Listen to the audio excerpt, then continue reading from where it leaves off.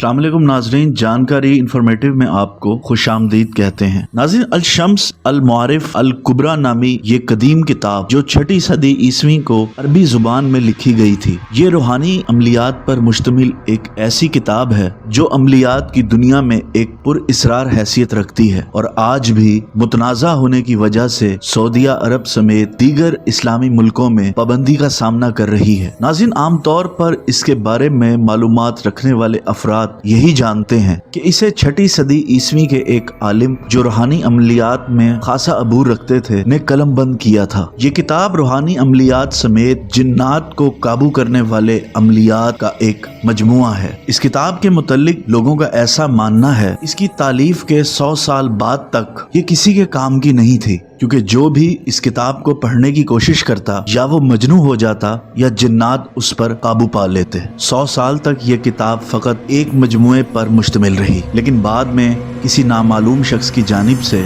इस किताब में मामूली सी कमी पेशी करके इस किताब में कई नुस्खे बनाए गए। चूँकि किताब के मुसन्निफ की जानिब से मज़कूरा किताब में बाज ऐसे तरीके जिक्र किए गए थे जिन्हें इस्तेमाल करते हुए कोई भी आम शख्स कवियुल जुस्सा जिन्नात को अपने काबू में कर सकता था। इसलिए जिन्नात इस किताब की हिफाजत करते थे कि कोई भी इस किताब को पढ़ ना पाए। बाद अज़ां एक नामालूम आमिल की जानिब से इसमें कुछ तहरीफ करते हुए ऐसे जादुई नुस्खों को निकाल दिया गया था जिसकी बिना पर जिन्नात इस किताब की हिफाजत पर खुद को मामूर किए हुए थे। लेकिन आज भी इस किताब में मौजूद काले अलूम और जिन्नात को काबू करने वाले दीगर अलूम की मौजूदगी के बाइस कोई भी आम शख्स इस किताब को नहीं पढ़ पाता और इसको पढ़ने वाले अफराद अक्सर पागल मिर्गी और दीगर बीमारियों का शिकार हो जाते हैं। अगरचे उलमा की जानिब से एहतियात को बरूहे कार रखते हुए इस किताब पर और इसके लिखने वाले पर इंतहाई मोहतात अंदाज में तबसरा किया जाता है, लेकिन बाज़ ज़राए से मिलने वाली मालूमात में मज़कूरा किताब के मुअल्लिफ को बराह रास्त को यहूदी और इस किताब को इस्लाम के नाम पर कुफ्र का मजमुआ कहा जाता है। शायद यही वजह है कि सऊदी अरब समेत कई इस्लामी ममालिक में इस किताब पर सख्त पाबंदी है। नाज़रीन, 6वीं सदी हिजरी के आखिर में ये किताब मोहम्मद बिन अली बिन जाहिद की तहवील में थी। ये शख्स एक मालदार ताजिर था और मजीद दौलत खर्च करने की गर्ज से इस शख्स की जानिब से ये किताब भारी कीमत देकर हासिल की गई थी। नाज़रीन, वाज़ेह रहे इस किताब का उस वक्त सिर्फ यही एक नुस्खा था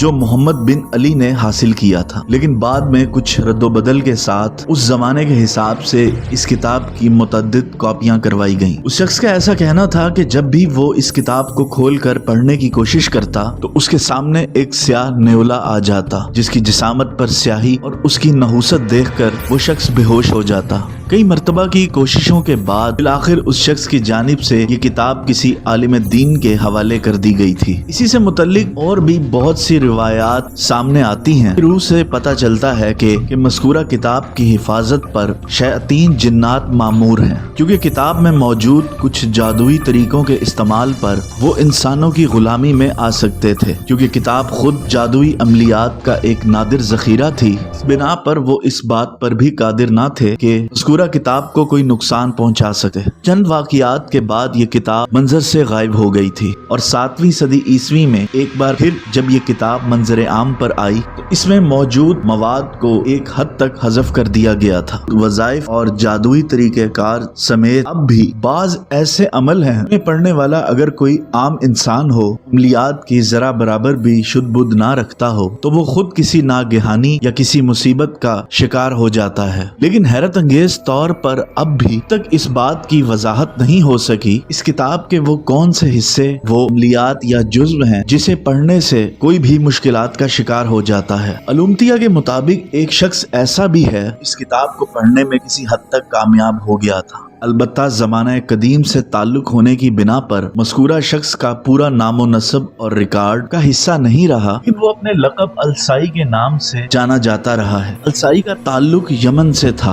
वो यहाँ पर 10वीं सदी ईस्वी के बाद वाक़ हुआ। तारीखी हवालों से अलसाई के लक़ब से मशहूर शख्स की जानिब से इब्तिदा में जब इस किताब के बाज़ ऐसे हिस्सों को हासिल करके जब उन पर अमल की कोशिश की गई थी, काफ़ी मशकूक होने के अलावा मतरूब हो गए थे। पहले पहले जिन्नात की जानिब से इस काम को रोकने की कोशिश की गई थी। अल-साई का ताल्लुक किसी हद तक रूहानी अमलियात से रहा था, इसलिए वो इस बात से अच्छी तरह आगाह था कि जिन्नात की जानिब से उसे इस काम से रोकने के लिए किस किस्म के हथकंडे इस्तेमाल किए जा सकते हैं। इसी बात को मद्देनजर रखते हुए इसकी जानिब से कुछ ऐसे अमाल कर लिए गए थे कि बिना पर जिन्नात इस तक रसाई हासिल करने पर कादिर न थे। इसी वजह से वो कवीउल जुस्सा जिन्नात को काबू करने के आखिरी लम्हे तक पहुंच चुका था, लेकिन यहाँ पर जिन्नात ने इसे मात दे दी। कई बरसों गायब दिमागी की कैफियत से गुजरने के बाद जब उसे वापस होश आया तो उसकी जानिब से बताई गई तफसील से ये मालूम हुआ कि इसके साथ क्या हुआ। ये बात जानने से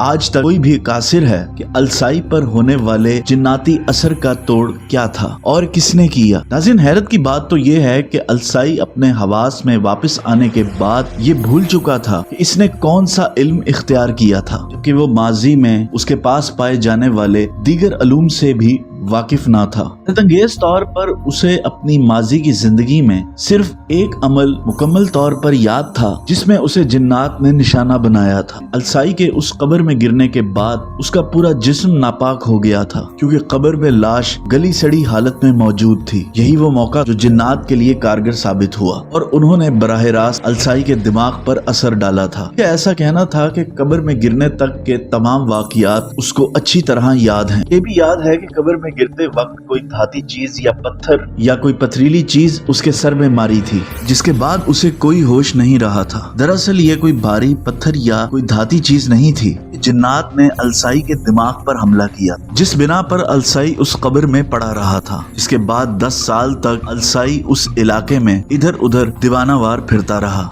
जिस बिना पर वो लोगों में अल-साई के नाम से मशहूर हो गया। साल बाद अपनी उस दीवानगी और पागलपन से निजात पाने वाले अल-साई ने लोगों को अपने किस्से के बारे में बताया। पहले तो किसी ने उसकी जानिब से एतबार नहीं किया। बाद अज़ां रूहानी अलूम और दीगर अलूम में शुद्ध-बुद्ध रखने वाले आमलीन ने अल-साई के तमाम दावों की तस्दीक, जिसके बाद वो लोगों में खासा मकबूल हो गया। आज भी अल-शम्स अल-मुआरिफ और अल-कुबरा के नाम से जाने जाने वाली कुतुब मौजूद है, जिसका उर्दू तर्जमा भी दस्तयाब है, मगर अब वो ये किताब नहीं है जो अहमद बिन अली बिन अल-बोनी ने तहरीर की थी, बल्कि इस नाम को इस्तेमाल करते हुए अक्सर आमलीन अपनी किताब का नाम अल-शम्स अल-मुआरिफ अल-कुबरा रख देते हैं। मुसन्निफ का नाम अहमद बिन अली अल-बोनी लिखते हुए को मुतरज्जिम की हैसियत से पेश करते हैं। ये था हमारा आज का पुरतजस्सुस और हैरत अंगेज टॉपिक। इंशाल्लाह एक नई वीडियो के साथ बहुत जल्द आपकी खिदमत में हाजिर होंगे। अल्लाह ताला आपका हमारा सबका हामी और नासिर हो और अल्लाह ताला हम सबको कुरान और अहले बैत के फरमुदात पर अमल करने की तौफीक अता फरमाए। अल्लाह हामी और नासिर।